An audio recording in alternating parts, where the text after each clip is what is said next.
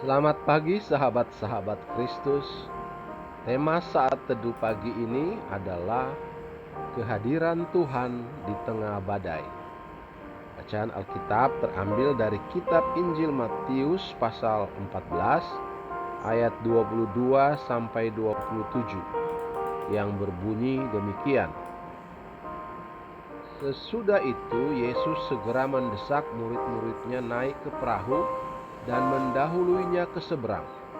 Sementara itu ia menyuruh orang banyak pulang.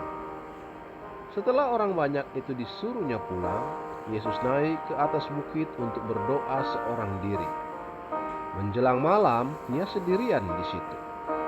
Perahu murid-muridnya sudah beberapa mil jauhnya dari pantai, dan ombang-ambingkan gelombang karena angin sakal. Kira-kira jam 3 malam, datanglah Yesus kepada mereka berjalan di atas air. Ketika murid-muridnya melihat dia berjalan di atas air, mereka terkejut dan berseru, "Itu hantu!" Lalu berteriak-teriak karena ketakutan. Tetapi segera Yesus berkata kepada mereka, "Tenanglah, inilah aku. Jangan takut." Ayat hafalan untuk perenungan pagi ini terambil dari kitab Roma pasal 8 ayat 34 yang berbunyi, Kristus Yesus yang telah mati, bahkan lebih lagi yang telah bangkit, yang juga duduk di sebelah kanan Allah, yang malah menjadi pembela bagi kita.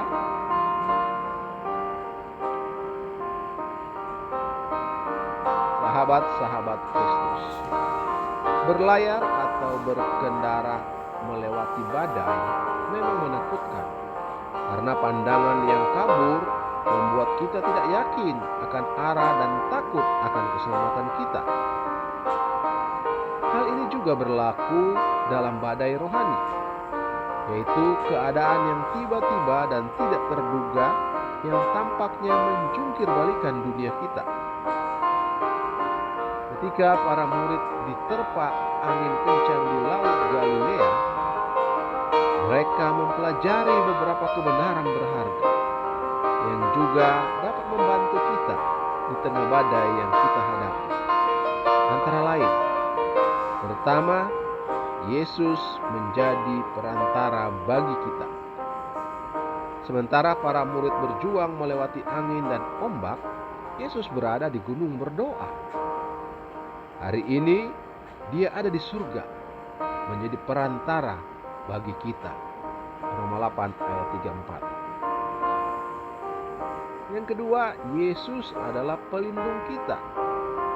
Dia mengawasi para murid di perahu, dan dia melakukan hal yang sama kepada kita, memastikan bahwa kita tidak menemui apapun di luar kehendaknya. Pelajaran ketiga, Yesus berdaulat atas segala badai. Dialah yang membentuknya, menentukan intensitasnya, membimbing kita melewatinya, dan mengakhirinya pada waktunya yang tepat.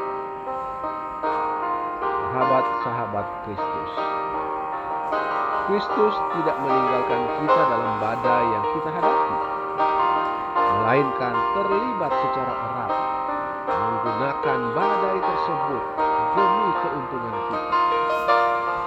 Mengetahui hal ini, kita dapat menyikapinya dengan kepercayaan, ketergantungan, dan penyembahan. Ingatlah, bergantung pada Tuhan lebih bermanfaat daripada bergantung pada diri sendiri. Terpujilah Kristus, haleluya. Tuhan memberkati dan menyertai kita semua. Amin.